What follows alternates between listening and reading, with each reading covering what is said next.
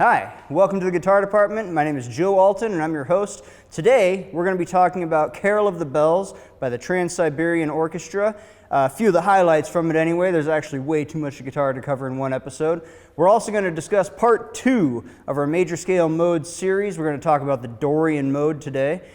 We've got a special lick of the week, and then in the tone zone, we're going to talk about the classic MXR Univibe pedal. It's going to be a good show. Welcome to it.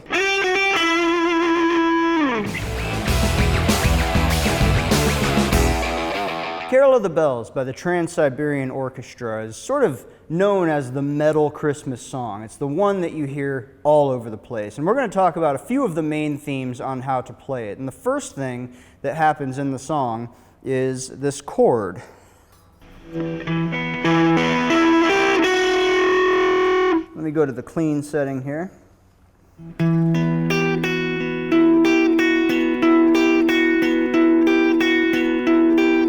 Now this is a standard E minor bar chord. They're not playing the top, the string of the chord, the E itself. They're starting on the 9th fret of the 4th string and going 9, 9, 8, and then what I'm doing is lowering that note to a 7.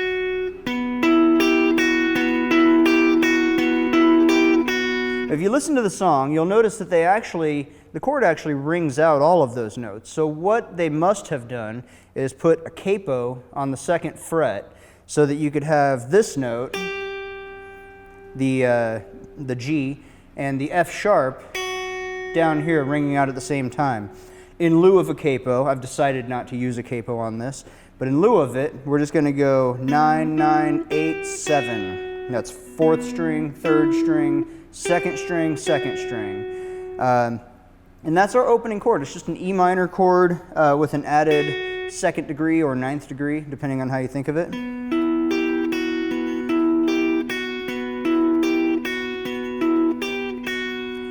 And about that point, that chord continues on, and during the intro, we hear the main theme for a song called God Rest Ye Merry Gentlemen.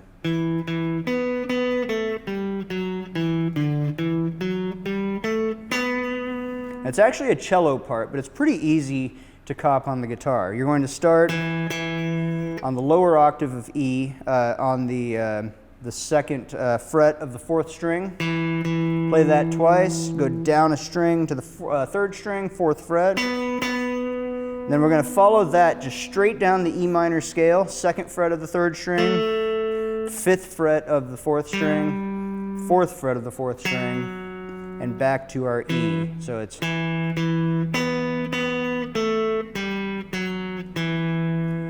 at that point, you can go open if you'd like, the open D string, back to the 2nd fret, back to the 4th fret, back to the 5th fret, and then back down the scale to the 2nd and 4th frets on the 3rd string.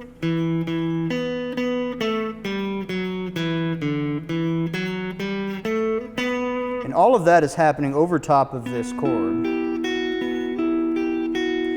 And so that happens for a little bit, and they have some bells dinging in the background, and then just like that, everything breaks and we switch back to I'm going to switch it to the crunch setting on our bass katana here. We just have a big open E power chord. And that takes us to the next real part of the guitar section of the song. Now there's some other stuff happening, some ding dong, some bells happening in the background. But where we really come back in is a few bars later. We jump up to the 8th fret. Now there are a few ways you could play this. I'm going to show it to you on the 3rd and 4th, or excuse me, the 2nd and 3rd strings. So I'm going up to the 8th fret on the 2nd string, and I'm going to play 8 and then 7, 8, and then I'm going to go up a string to 9.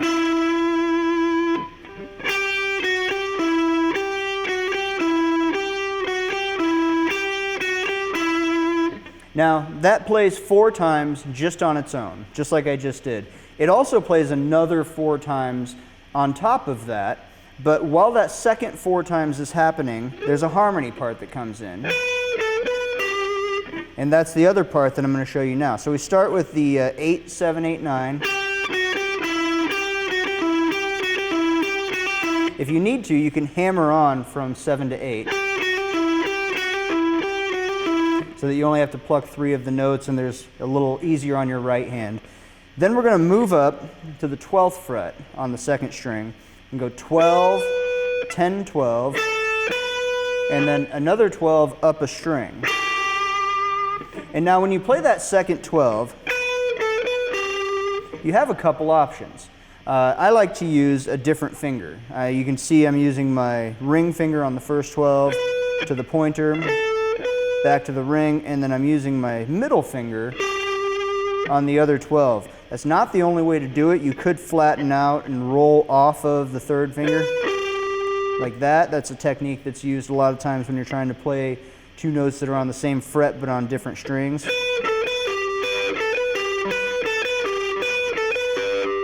So it's really down to your preference. But that's going to play 4 times also over top of the second 4 times of that first section.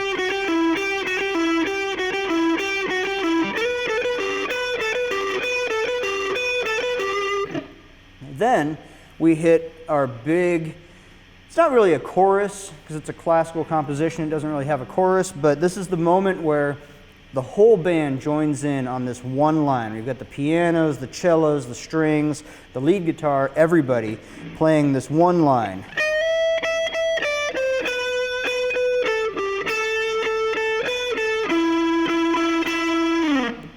Now, again, there are a couple ways you can play that, but the way I just played it, I ran up to the 12th fret, and I like to slide into that note. You're going to play it 3 times. 1, 2, 3, and then go down the scale to the 10, up a string to the 13, then we're going to go to 12 on that 2nd string and play that 3 times. Then you're going to go down further in the scale to the 10th fret, up a string to the 3rd string, 12th fret, back to that 10.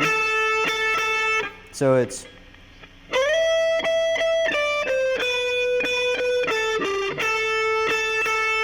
and then we're going to wrap it up with 12, 10, and here's the awkward part.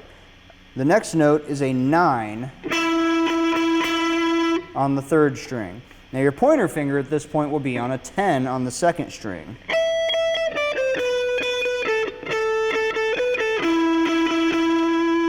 So the technique I've used to make that jump and to make it smooth is to sort of flatten the finger on the 10th fret of the 2nd string, and the tip of my finger is touching that 3rd string, which is a pretty common technique used to mute strings when you're playing lead guitar. But what I'm going to do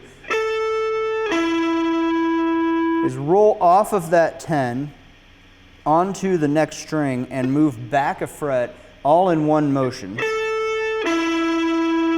And I try to do that in a way that leaves no gap between the notes. And that's really the struggle with this whole song, is to leave no gaps between the notes. Not just to build up speed and to play it with the intensity, but to leave no gaps.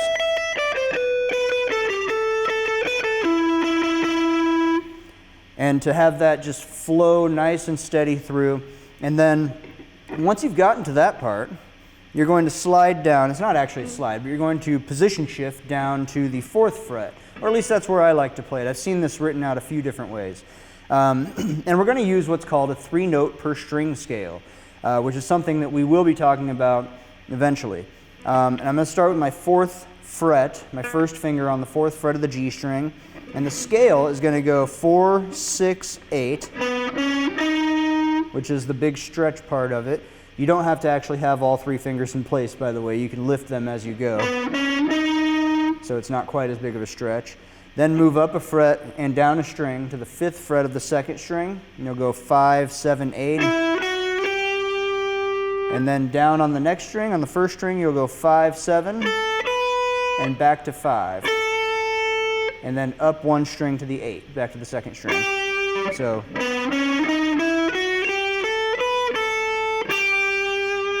that repeats twice.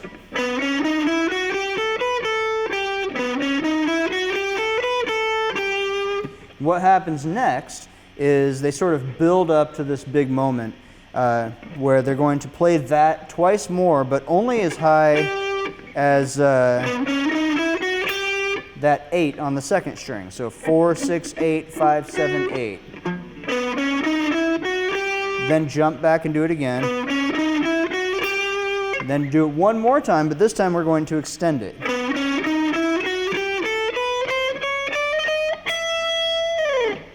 And what I did there is I went 4, 6, 8, down to the second string, 5, 7, 8, down another string, 5, 7, 8, and then I shifted, put my pointer finger on 9, and it's just a chromatic run up to this E on the first string.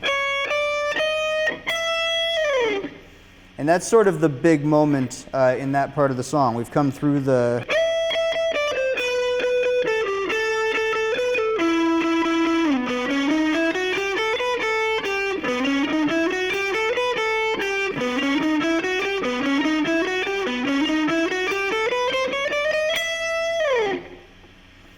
And at that point, a few other things happen. That is the main theme of the song.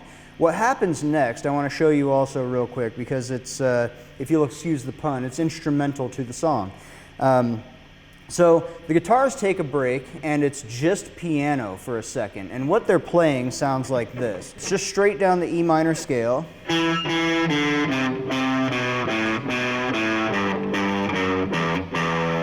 Right when you hit that last E, or rather when the piano hits that last E, a couple of instruments come in. It's many instruments, strings, and the whole orchestra together. But it's that same scale.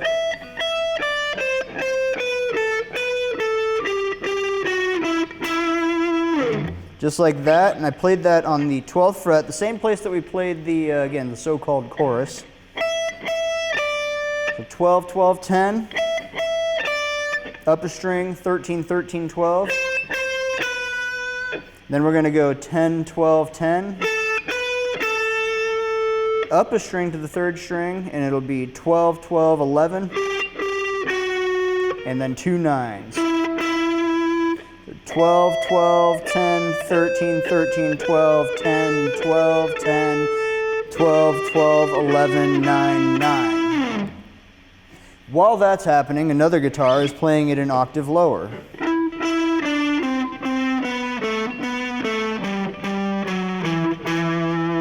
So again, those frets will be 9, I'm on the third string here. It'll be 9, 9, 7, up a string, 10, 10, 9, 7, 9, 7, up a string again, 10, 10, 9, and then down to the E on the 7th fret of the A string, just like that.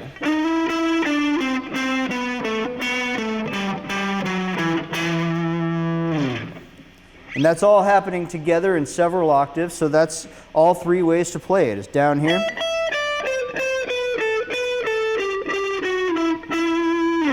down here starting on that last note,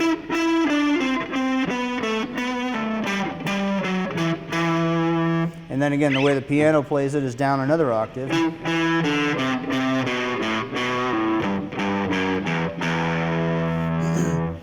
And then all the themes sort of reprise throughout the song, and at the end, everybody sort of loses their mind. But we don't have time to cover all the arpeggios and fancy lead work there at the end. But if you get this much of it down, you'll be able to play the bulk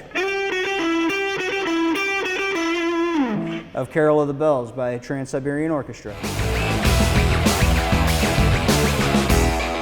And now it's time for part 2 of our segment on the major scale modes. And today we're going to talk about the Dorian Mode. Now, the definition of a Dorian mode is a scale that starts on the 2nd degree of the major scale in the key of whatever the major scale is written in. So in this case, I'm going to show you 2 different versions of it. We're going to talk about the one that's in the key of G, which would be the A Dorian mode. And again, the G major would sound like this. So what we're going to do is start on the 2nd note of that scale. Yep. And then add 1 note to the end. And that gives us our Dorian scale. Now, You could obviously play it through the major scale pattern, just starting on the second note of the pattern, but what we're going to do is show you a separate pattern for it. Instead of playing it in second position with my pointer on the second fret like I would a G major scale, I'm going to jump up to the fifth position. I'm going to put my pointer on the fifth fret, and we're going to play 5, 7, 8. We're going to go down a string and play 5, 7. Then I'm going to shift back one fret, and for the next two strings, I'm going to be in fourth position with my pointer on 4. It'll be 4, 5, 7, and then 4, 5, 7 again. Then I'm going to move back up to the fifth position and play 5, 7, 8, and then a 5 at the end. And of course, so that's the end of our scale. That's the octave of our first note, the A. But there's two more notes you can add that are still in position, so I'm going to play a 7 and an 8 also. So 5, 7, 8, 5, 7, 4, 5, 7, 4, 5, 7, 5, 7, 8, 5, 7, 8. Musically speaking, A, B, C, D, E, F sharp, G, and then A, B, C, D, E, F sharp, G, A, B, C. And so that gives us our A Dorian scale. It's the notes from A to A, the octave of A, in the key of G. And that's what defines our Dorian scale. The intervals to the scale, as opposed to a major scale, which are a whole step interval followed by a whole step interval, then a half, whole, whole, whole, and half. This one's going to start one step further in that process. So it'll be a whole step, and then a half, and then whole, whole, whole, half, whole. And that's going to take us through our Dorian scale. Now, the obvious question here is why? To answer that, the answer could be as long-winded and as complicated as you want. But to simplify it down to something that's a little more digestible and relatable, there are a few answers. The easiest one is that if you're playing out of a G major scale and you shift positions, then you have to know the pattern that you're in once you've shifted.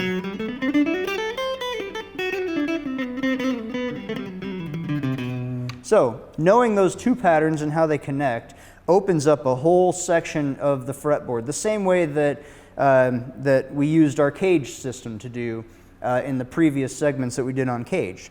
So that's one use. The other uses, one of the other uses, is to map out the second chord of the G major diatonic chord progression. Let me unpack that real quickly for a second. The key of G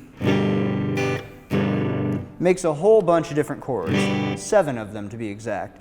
And we're going to go through each one as we talk about these scales, but a G major scale, as the name implies, makes a G major chord. So if you take the root, the third, and the fifth from a G major scale, you play them together, you get a G major chord. And when you play a G chord, an open G chord, you're playing those 3 notes over all 6 strings, G, B, D, G, and then either B or D here, and then a G. If we do that with the A Dorian scale, what we end up with is an A minor chord.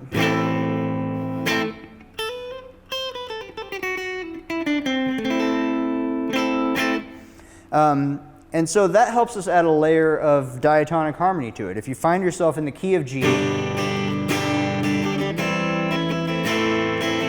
and they play an A minor chord while you're in the key of G, that A minor chord is based off of the Dorian scale. It's also used quite a bit in modal jazz. If you ever find yourself listening to Miles Davis, the Kind of Blue era, rather than play a whole song in a key or do the bebop thing where it was 100 miles an hour and changes keys every couple of bars, they would just hang out on one chord. And just write a whole song instead of based off of a major or a minor key. They would base it off of a Dorian scale or a different mode for that matter, but the Dorian was one of the more common ones. And then the other use, as we're going to discuss in our lick of the week, is the highlighting of a 5 or 4 chord in a 12-bar blues.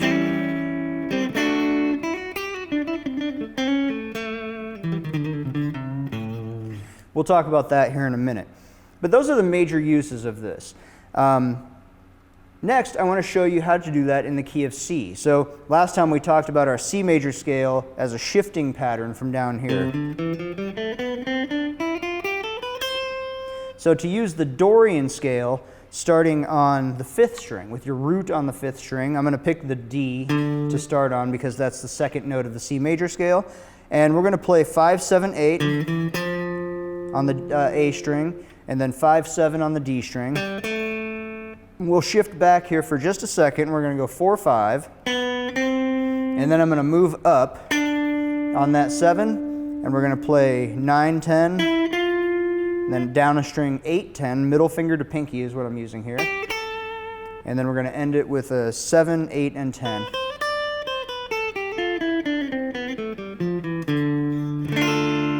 Now, if you arpeggiate that chord, you end up with what's called a D minor chord.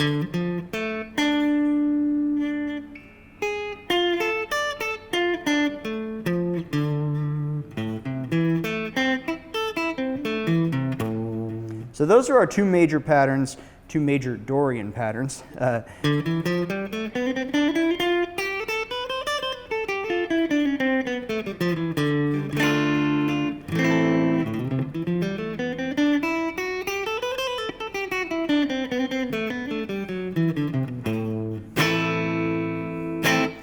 And that's how you play a Dorian scale.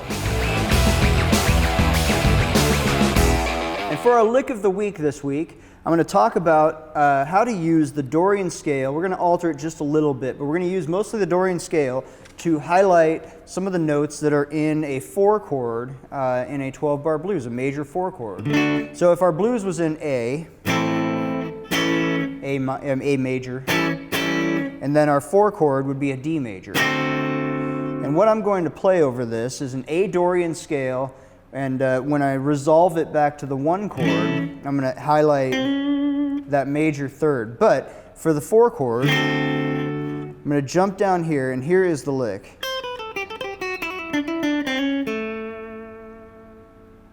Let me do that again a little slower.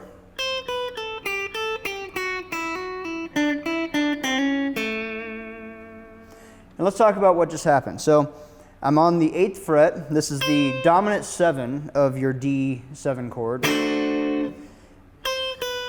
Just straight down the scale. And then when I hit this 8 on the 2nd string, I'm going to go back for a moment. So we're going to go 8, 7, 5, up a string to 8, and back down to the 5 on the 1st string. And then we're going to go 8, 7, 5, and then back to the 7 to pull off. And then we'll go up a string, and we're going to highlight, again, that major 3rd of the A chord. So I'm going to play the 7, which is a D, and then we're going to go to the minor 3rd and hammer into the C sharp, excuse me.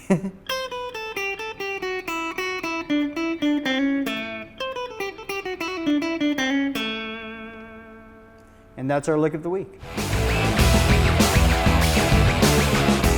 And now it's time for us to take a look at the tone zone. And this week we have a classic pedal for that classic 60s sound, specifically late 60s sound.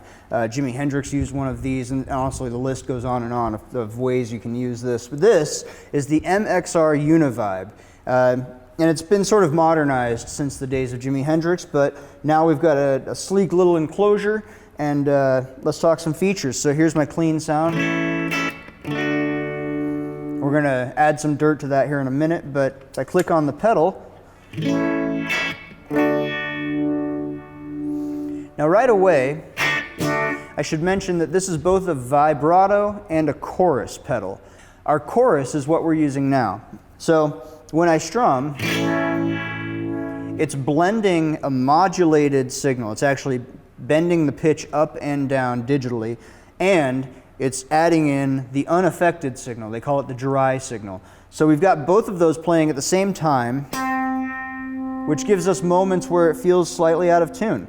If I bump up the speed and level, be able to hear this a little bit better.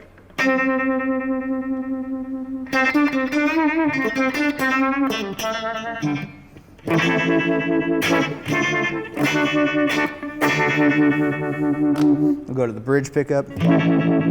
Ooh. Now, that's with the depth all the way up, almost all the way up. If I set the depth and speed to about noon, this is what we end up with. You can hear it's a little bit more reasonable.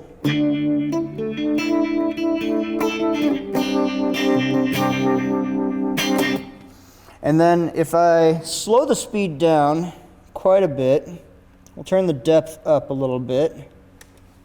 That's going to give us a really sort of slow modulator.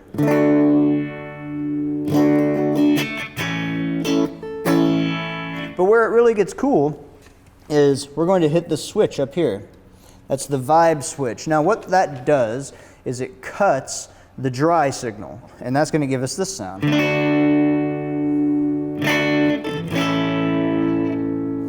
And again, you can hear it's very slow because I've got that speed, but the depth is up.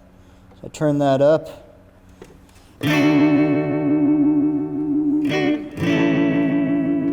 It's pretty spooky sounding.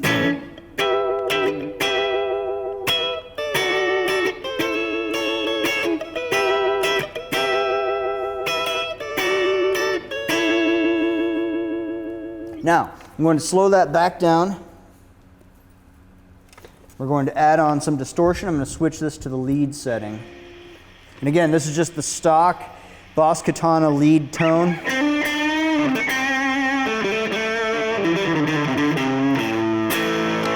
So, let's take that speed up to about 12 o'clock. Let's bring it back to chorus.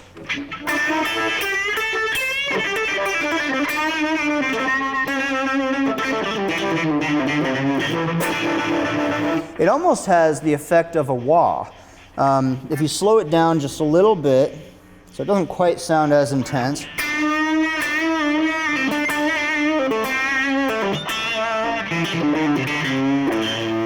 You really hear it a lot lately in like the 90s, the sort of Pearl Jam sound.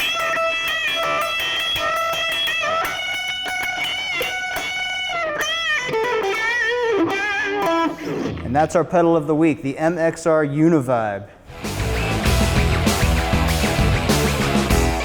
Well, that's our show. Thank you for tuning in to the Guitar Department. My name is Joe Alton. I've been your host. I'd like to thank Riemann Music for giving us a place to shoot this show, as well as supplying, well, basically everything I'm using today. The Boss Katana amp, the MXR Univibe pedal, and of course, this absolutely beautiful made in Mexico Fender Stratocaster with the EMGs in it. This thing is just gorgeous. I also want to thank our producer Bryce Jarrett, our cameraman Jason, and be sure to check us out on Facebook at facebook.com/theguitardepartment.